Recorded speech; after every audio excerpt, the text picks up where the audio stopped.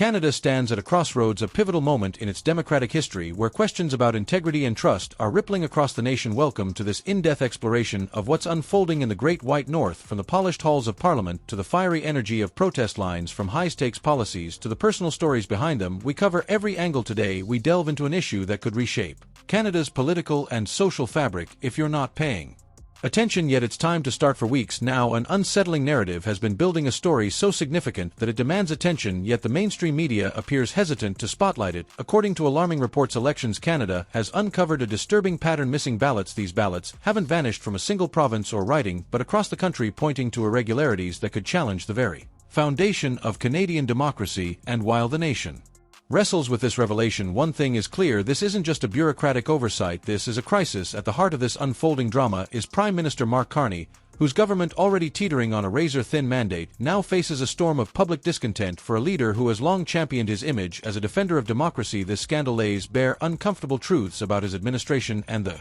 system it oversees. Is this incompetence? Perhaps both. These are the questions Canadians are asking, and the answers, or lack thereof, could define the nation's future. The story began as a whisper, a faint murmur in the corridors of Elections Canada. It soon evolved into a low rumble, and now it's a full-blown political earthquake. Elections Canada, the institution tasked with safeguarding the integrity of the democratic process, has revealed what could only be described as an unprecedented failure. Ballots, actual votes, have gone missing during or after the counting process. These aren't minor discrepancies or clerical errors. These are votes that have seemingly vanished in a thin air. Reports indicate that these irregularities span multiple provinces and ridings, affecting key battlegrounds where the stakes were highest. Local officials have scrambled to explain these losses, attributing them to administrative errors, but behind closed doors, insiders are painting a much darker picture, one of manipulation, broken chains of custody, and disappearing paper trails. For a democratic society, this is the stuff of nightmares. Yet as this crisis unfolds, the federal government's response has been anything but reassuring. Prime Minister Mark Carney, the man at the center of this storm, has remained conspicuously quiet. His office has issued vague statements about confidence in electoral institutions, but those words ring hollow for many Canadians. There's been no press conference, no clear plan for investigation,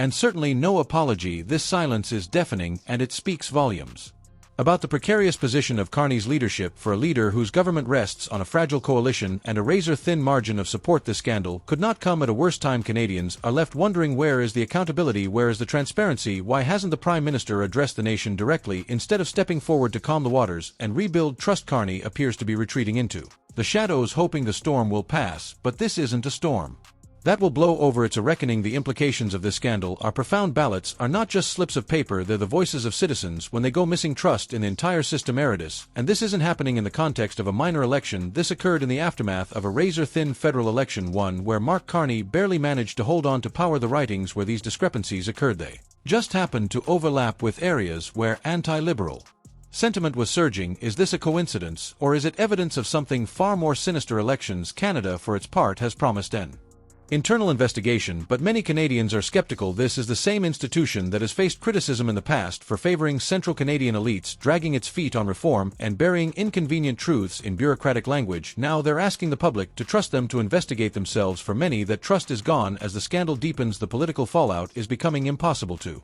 ignore. Mark Carney, once hailed as a steady hand on the tiller of Canadian democracy, now finds himself at the epicenter of a growing legitimacy crisis. His government, propped up by an uneasy coalition of liberal insiders, media allies, and international supporters, is now facing a moment of truth. Will they confront the issue head-on, or will they continue to deflect and distract? While Carney has remained largely silent, others have stepped into the void. Pierre Pilra, leader of the opposition, has seized the moment with a fiery critique of the government's handling of the crisis. In a passionate press conference, Pilra called for a full judicial inquiry led by an independent panel with no ties to Elections Canada or the Liberal Party. He demanded transparency, accountability, and immediate reforms to prevent this from ever happening again. His message was clear: this isn't about partisan politics, it's about the integrity of Canadian democracy. Pilra's proposals have struck a chord with many Canadians. He has called for ballot tracking technology, improved oversight, and a public report detailing exactly how many ballots were lost, where they went, and who was affected in doing so. He has positioned himself not just as a critic of the government, but as a leader with a vision for restoring trust in the system. Meanwhile, the public outcry continues to grow. From Alberta to Atlantic Canada, the mood has shifted from confusion to anger. Town halls have turned into battlegrounds. Protesters have gathered outside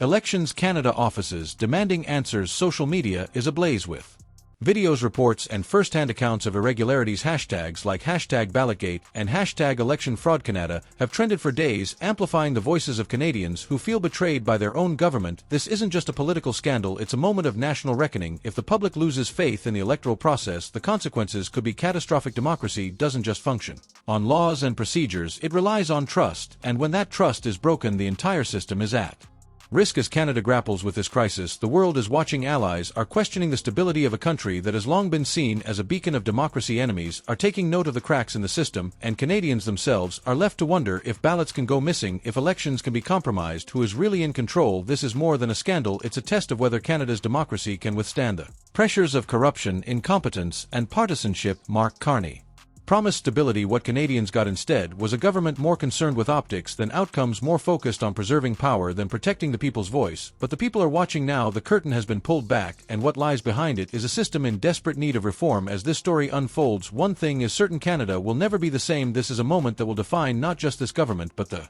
nation as a whole. Will the system be rebuilt, or will it crumble under the weight of its own failures? Only time will tell. Stay tuned. Canada, the next chapter is about to be written.